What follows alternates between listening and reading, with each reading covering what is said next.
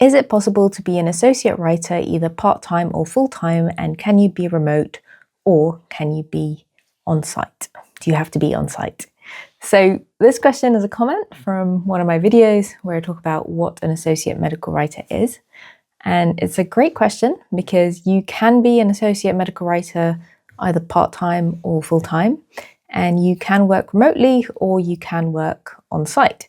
It does not have to be on-site all the time, and it depends on who your employer is working with. So, for example, if your employer is an agency and they really don't want you working remotely because they have really confidential information and they have non-disclosure agreements or an NDA, then this can be a security risk for that information or intellectual property that they do not want getting out of their business. So you might need to work on site on those occasions. And also, if you're doing any kind of user testing, or maybe you're doing an expert interview, then some people prefer to be interviewed in person, and maybe you'll have to travel to your client to do that work.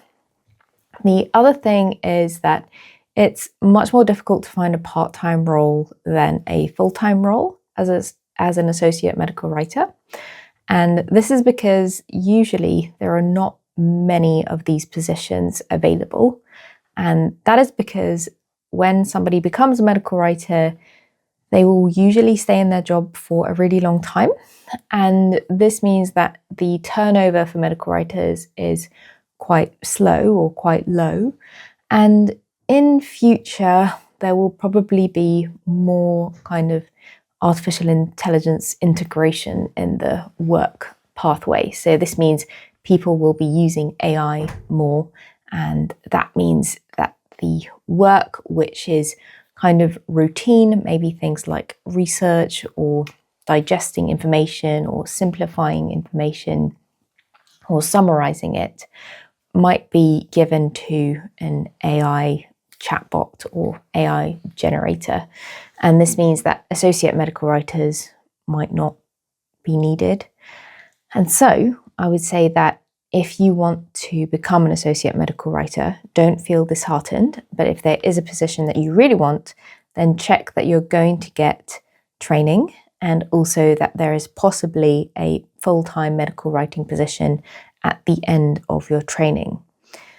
The other thing I would say about working remotely or on-site is that if you are pretty new to a job and you need to learn a lot of skills, it might actually be better for you if you work on-site with other people, because this means that you can quickly go and ask them a question and you can learn from them simply through conversations that you either have directly with those people or that you overhear other people talking about.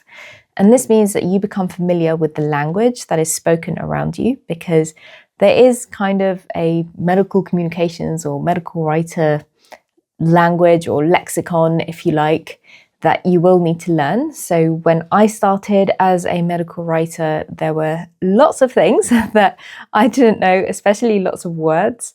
And I would recommend that you spend time immersing yourself in that environment. And so what can happen is that you might be asked to do 3 months on site as an associate medical writer. And then after that, you might be able to work part-time remotely, and then another few days on site, so maybe at the office. So this might be something like 3 days at the office per week, and then 2 days remotely, and then you have your weekend that you usually have. The other thing I would say is that as an associate medical writer, this is a grind of a job. So this means that you'll have to put in a lot of work and you'll be learning from the very beginning. And also it's your job to learn as much as possible to try and build up your skills so that you can either stay in your job and be promoted to medical writer, or you can leave and go somewhere else and work as a medical writer there. So hopefully this gives you some options and this answers your question. Thank you so much for watching, and I'll see you in the next video.